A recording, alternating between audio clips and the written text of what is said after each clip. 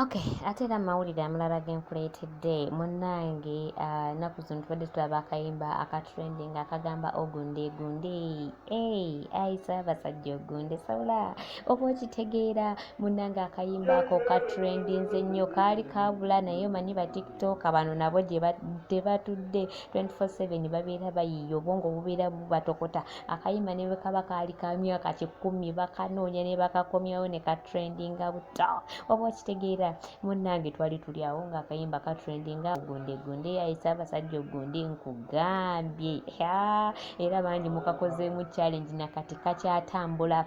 Munnange famire y'omugenzi Prince Job Paulo Kafeero yavuddeyo neba nga ewooninga eri abo bonna abadda mu mba z'omugenzi Job Paulo Kafeero nga tebafunye lukusa okuva eri bannamateeka baabwe.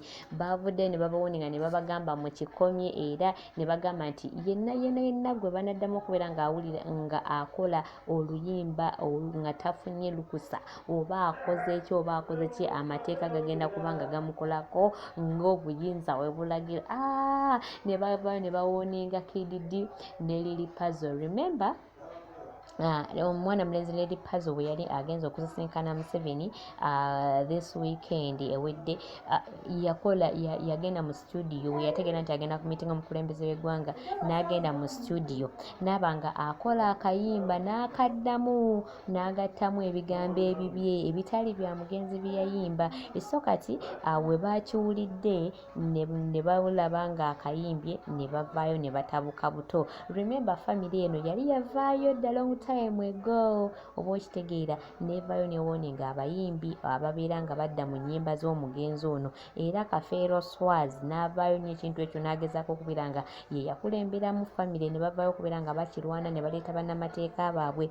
Kyali kyastopingamu like nga tebakyaziyimba. So kati we bawulidde akayimba kano nga katrendinga, ate ne bawulira ne mwana mulenzi Lily Puzzle, oba okitegeera. Lily Puzzle ono bazze nga bamuwooninga, abantu bangi bamuwooninga like adda nnyo mu nnyimba ez'abantu nga tafunye lukusa. So kati we bawulidde akayimba kano nga akayimbye, my dear family yavuddeyo n'etabuka n'esula ejja erya wansi erya waggulu eryokusaidi, ne baleeta bannamateeka ne babawooninga ne bamugamba taddamu okubeera nga ayimba oluyimba olwo, era na buli yenna gwe banaasanga ngazzeemu mu luyimba olw'Job Paulo Kafeero omugenzi bagenda kubeera nga bamukwata, oba okitegeera. Ne bagamba tebagaana muntu kudda mu nnyimba z'omugenzi but ng'asoose kubeera ng'akola ki, ng'afunye olukusa. Era mmwe mwenna ba TikTok abadda mu nnyimba like ne mukolamu, mwenna babawooninze, ba YouTube, ba TikTok abayimbi, family evuddeyo newooninga negamba wenna gwe bannewoba oluyimba like ne buno olukozemu bukozi challenge bagenda kubeera nga bakukwata, oba okitegeera. Era bamentioninze ennyimba ze basinga okubeera nga baddamu nga bakyusa ebigambo, ne bagamba bagenda kubakwata.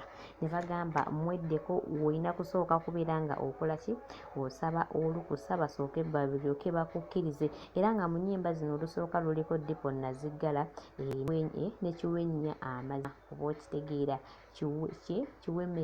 Kiwemmenya Amazima, oba okitegeera. So ennyimba bagambye muzeesonyiwe n'ennyimba endala ze batakoonyeeko, ne bagamba bagenda kubeera nga babasiba, oba okitegeera. Eno family tesaaga. Era mwana mulenzi Kafeero Swaz mutabani w'omugenzi Job Paulo Kafeero yavuddeyo n'abeera nga abawooninga, n'abagamba mulekerawo okubeera nga muyimba ennyimba za kitange. Bannamateeka ba family nabo ne bafaayo ne bagamba ennyimba z'omugenzi muzeesonyiwe. Ayagala yenna okubeera nga adda mu nnyimba z'omugenzi alina kusooka kubeera nga agenda n'asaba olukusa ne balumuwa. Bw'oba tosabye lukusa oba oli YouTuber oba oli TikTok bagenda kubeera nga bakukwata. So temukkirizibwa kubanga mukola mu challenge z'omugenzi wadde okuyimba ennyimba. Era Lily Puzzle wamu ne mwana mulenzi Kid D basobodde okubeera nga babawooninga ne babagamba babeere nga beesonyiwa ennyimba z'omugenzi Job Paulo Kafeero.